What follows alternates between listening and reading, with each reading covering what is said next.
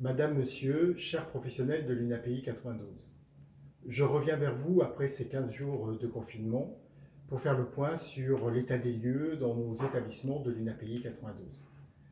Globalement, nos établissements ont bien résisté sur ces 15 premiers jours grâce aux stratégies mises en œuvre par les directeurs de pôle, les directeurs d'établissement, mais aussi avec votre soutien.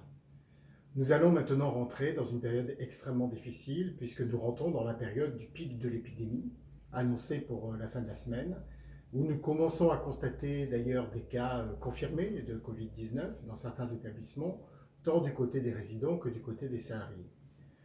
Je suis un peu inquiet, voire dire très inquiet par la baisse des effectifs dans nos établissements. Et s'il y a des personnes parmi nous qui peuvent être légitimement absentes parce que malades, parce que fragiles, parce qu'en difficulté familiale, il y a aussi des professionnels qui aujourd'hui doivent se mobiliser.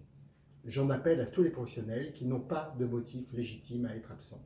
C'est notre métier que d'être présent dans ce genre de circonstances. C'est notre métier que d'être présent à côté des personnes en situation de handicap et particulièrement vulnérables. Les risques, on les court tous les jours. Je comprends la peur, quelquefois irraisonnée, véhiculée par des médias qui, à longueur de journée, nous angoissent. Néanmoins, la peur, elle est dans la vie quotidienne. Nous pouvons avoir peur d'un accident de la route, nous pouvons avoir peur d'une grippe particulièrement dangereuse. Donc il n'y a pas de raison aujourd'hui que nous ne continuions pas à être présents. Par ailleurs, je sais aussi, et je n'en suis pas particulièrement fier, les difficultés que nous avons à obtenir du matériel de protection. Avec David Delrieux, avec Céline Lamour, avec les présidents et vice-présidents, nous sommes mobilisés pour vous obtenir ces moyens de protection. Vous voyez très bien que le gouvernement est en difficulté et que c'est la plupart des structures aujourd'hui qui n'ont pas ces moyens de protection et que quelquefois, même en hôpital, ils arrivent à manquer.